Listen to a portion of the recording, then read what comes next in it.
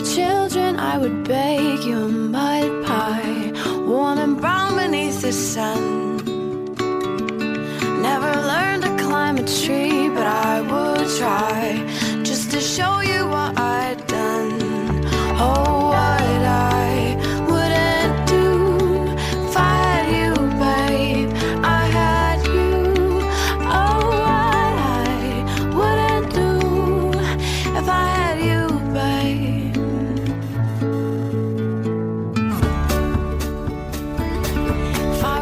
Esta semana cualquiera que haya abierto un periódico habrá leído páginas y páginas sobre física, astrofísica, leyes del universo, lo cual no quiere decir que haya comprendido lo que ha leído, como nos ha pasado a muchos. Por eso nosotros tenemos este domingo, como todos, a nuestros traductores Ciencia Español, Español Ciencia, que son Javier San Pedro y Pere Estupiñán. ¿Cómo estáis, compañeros? Buenos días. Muy bien, aquí estamos. Contentos. ¿Tú estás en Barcelona, no, Pere? Sí. Come bien, ¿eh? Sí, claro, hombre, no tiene ninguna duda. Pera es químico, es bioquímico y es conductor en la 2 de El Cazador de Cerebros, y Javier San Pedro es doctor en genética y biología molecular y colabora con El País.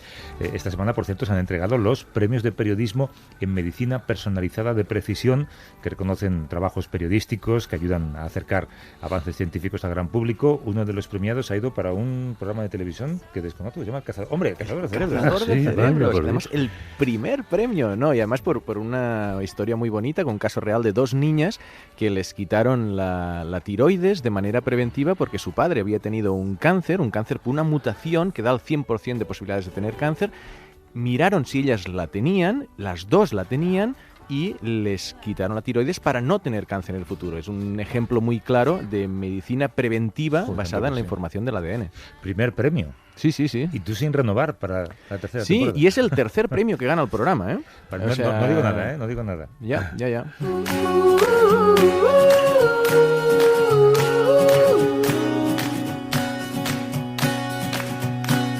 Painted a picture of us now, forever forgive.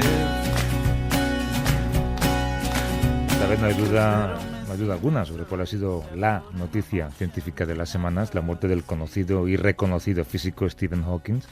Cualquiera sabe intuir lo importantísimo que fue para el desarrollo de la ciencia, pero hay que saber bastante para entender bien sus teorías y sus descubrimientos. Hoy queríamos aprovechar que están aquí Pera y Javier para que nos echen un cable. Hay muchos científicos muy buenos porque él era excepcional. El problema central de la física actual es que se apoya en dos pilares fundamentales. Uno es la relatividad general de Einstein, que es la teoría de la gravedad, del tiempo, del espacio, la materia y la energía. Y es la teoría de lo muy grande, es el fundamento, de hecho, de la cosmología actual. Se aplica a planetas, galaxias y al cosmos en su conjunto. Y la otra es la de la física de lo muy pequeño, que es la mecánica cuántica. Y el problema es que son incompatibles. Al llegar a los tamaños minúsculos que trata la teoría cuántica, las ecuaciones de Einstein se deshacen, no funcionan allí. Y Stephen Hawking encontró un puente, un nexo entre ambas teorías, que no es ni mucho menos definitivo, o sea, el problema central sigue siendo el mismo, pero encontró un puente en los agujeros negros, que son tan masivos que obedecen a la relatividad general, que es la teoría de los cuerpos muy grandes, pero además son tan pequeños que siguen las leyes de la mecánica cuántica, de manera que en estos objetos enigmáticos y profundamente fascinantes encontramos un nexo, una ventana abierta a una posible unificación de estas dos grandes teorías, ¿no? Claro, las singularidades que llamaba, ¿no? Esas situaciones como el origen del universo o como los agujeros negros. Que son muy especiales y él descubrió cosas muy notables. Por ejemplo, una fue, quizás la más notable, es que quizás le hubiera valido el premio Nobel, que no llegó a tener si se hubiera descubierto experimentalmente. Él era un físico teórico. Los físicos teóricos trabajan con matemáticas e intuyen cómo puede ser la naturaleza, y luego los experimentales lo comprueban. Pero la radiación de Hawking, de los agujeros negros... de Hawking, sí, es su contribución principal. Efectivamente, si se hubiera descubierto observacionalmente, le habría valido el premio Nobel. Esto lo sabía él perfectamente. Él trabajó también en el origen del universo, en el Big Bang, y queda una pregunta que es o sea, es dificilísima, pero que quizás era su gran reto, ¿no? De muchos, ¿no? El por qué existe algo en lugar de nada. O sea, se entiende lo que pudo pasar unos segundos después del Big Bang, pero ¿qué había antes? Esto, claro, es muy difícil de hacer experimentalmente, pero encontrar alguna explicación matemática basada en las leyes de la cuántica de cómo se podría generar el material inicial del universo, yo creo que era uno de los... Bueno, esto es quizá el último problema, no solo científico, sino filosófico. Claro, ¿no? La última pregunta, ¿por qué hay algo en vez de nada? No llegó a aproximarse, ¿no? Pero sí que es una de las líneas que hubiera sido fantástica. Porque hay algo en vez de nada. Sí. Una de las frases más recordadas de Hawkins era esta, que además también ha sido elegida por la Universidad de Cambridge. No le llames Hawkins, que te van a regañar, es Hawking. He dicho Hawking, yo creo. ¿Ha dicho Hawkins? Bueno, qué barbaridad. Bueno, tú dilo como quieras. Homenajeamos a Hawking. Recordad, mirad hacia arriba, hacia las estrellas, y no abajo, hacia vuestros pies. Intentad encontrar el sentido de las cosas y preguntaos por qué existe el universo. Sed curiosos. Aunque la vida parezca difícil, siempre hay algo que podéis hacer y en lo que tener éxito. Es importante que no os rindáis. Creo que además, no sé si alguno de los dos lo conoció personalmente, pero era un tipo con mucho sentido del humor. Sí, yo le entrevisté una vez, tuve la fortuna de entrevistarle una vez en su laboratorio de Cambridge. Pasé con él 1 hora, durante la cual pudo responderme a una pregunta. Pero bueno, él había sido tan amable de responder a otras 4 o 5 preguntas con unos días de antelación, ¿no? Y me las leyó allí con su sintetizador. Claro, porque una sola pregunta ya le da para soltar. Tardó 1 hora en responderla. Claro, el otro día escuché que un entrevistador, espero que no fueras tú, una vez le preguntó algo así como ¿me está usted diciendo que puede haber un mundo paralelo en el que yo sea tan inteligente como usted? Y le respondió, sí, y en ese mundo usted también a lo mejor es gracioso. Nos está escuchando Pau Figueras, que es un físico catalán que ahora trabaja como investigador entre la Universidad Queen Mary de Londres y la Universidad de Cambridge. Allí llegó para hacer un postdoctorado, conoció a Stephen Hawking de una manera un tanto peculiar que ahora nos va a contar, pero además acabó trabajando en su mismo departamento. ¿Cómo estás, Pau? Buenos días. Hola, buenos días. Nos estabas escuchando, ¿no? ¿Cómo era él? Bueno, a ver, yo tuve el privilegio de conocerle aquí en Cambridge de manera profesional, y mis interacciones con él pues básicamente eran solo discusiones de ciencia.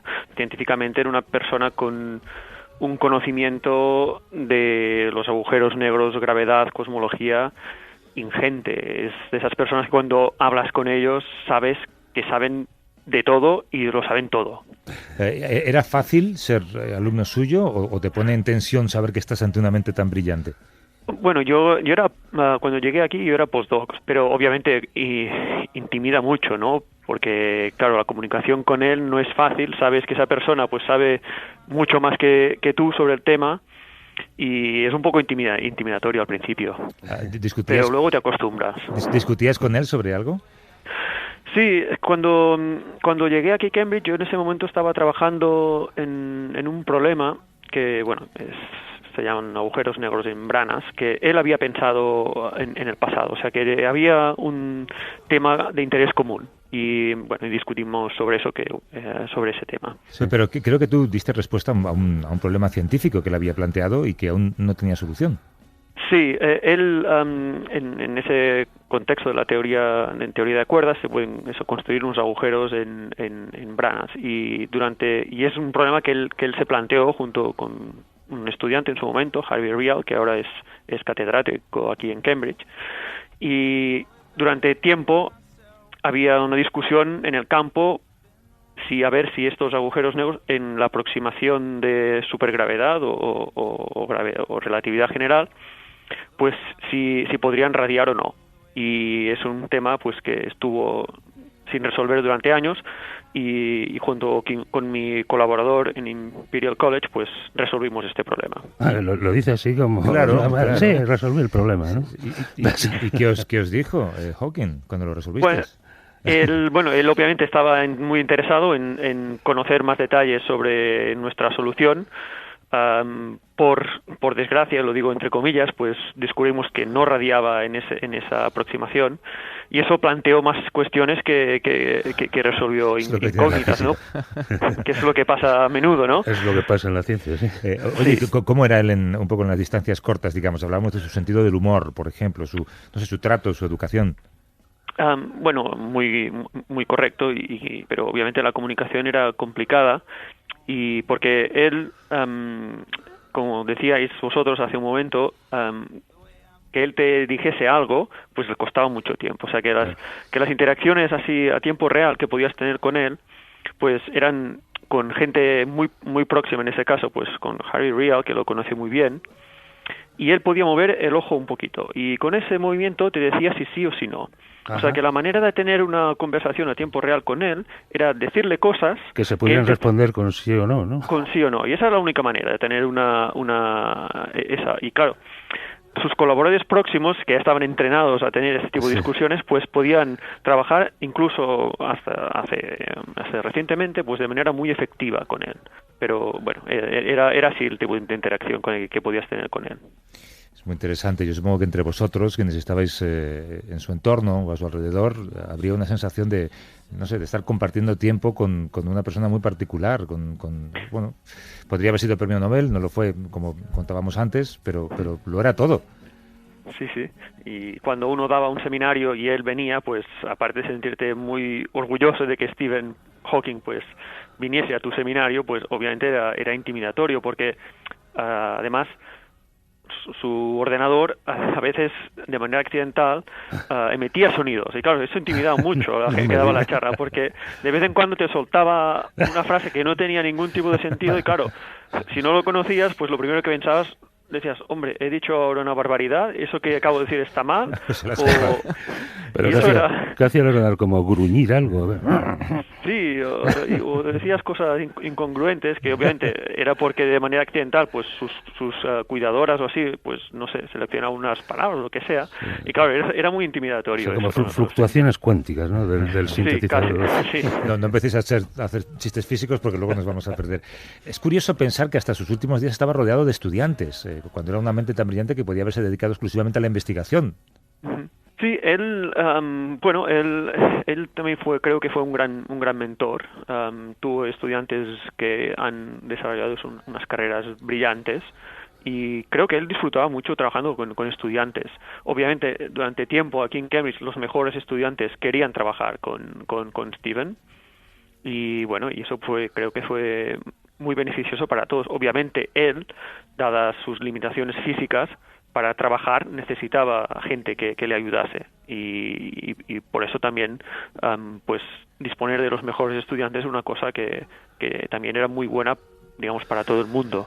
Claro, quizá los grandes científicos suelen tener una actividad de tutoría de estudiantes y de postdocs, ¿no? Es algo muy común. Sí, la palabra, yo creo que es la correcta, la que ha usado Pau. Tienen que ser mentores, ¿no? Tienen que buscar. Exactamente. Sí. Es muy interesante todo lo que nos has contado. Es un poco las interioridades de puertas para adentro de alguien que trabajó con él y que le ha admirado siempre, porque tú, Pau, supongo que coincides en lo que decíamos, que tiene que pasar a la historia este hombre. Sí, claramente.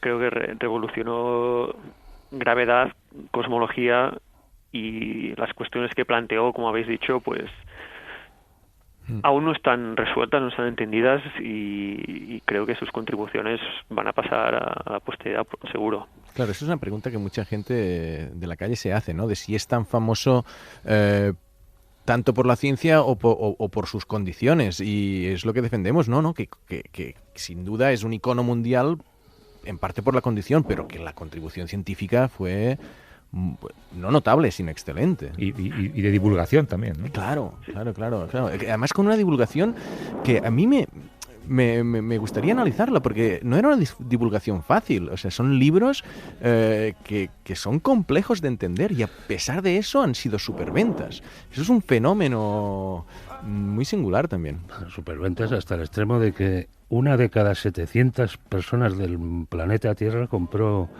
un ejemplar de Breve Historia del Tiempo. Digo, compró. Los que lo leyeron seguramente fueron mucho menos, porque efectivamente el tema es muy complejo. Pau Figueras, que es doctor en física y es profesor en esa Universidad de Cambridge. Gracias, Pau. Un abrazo fuerte. Vale, muchas gracias a vosotros. Tómate una pinta a mi salud en el Eagle. Lo haré. Muchas gracias. Y Javier San Pedro y Pera Estupiñán. Gracias, compañeros. Hasta luego. Hasta luego.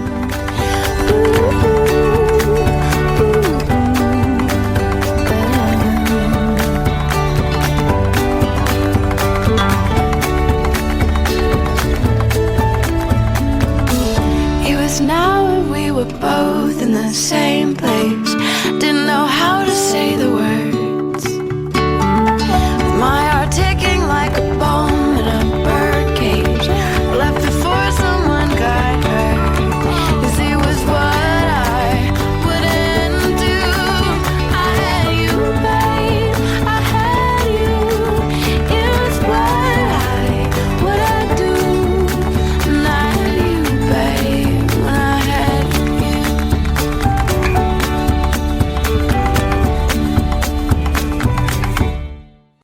A vivir que son 2 días. Javier del Pino.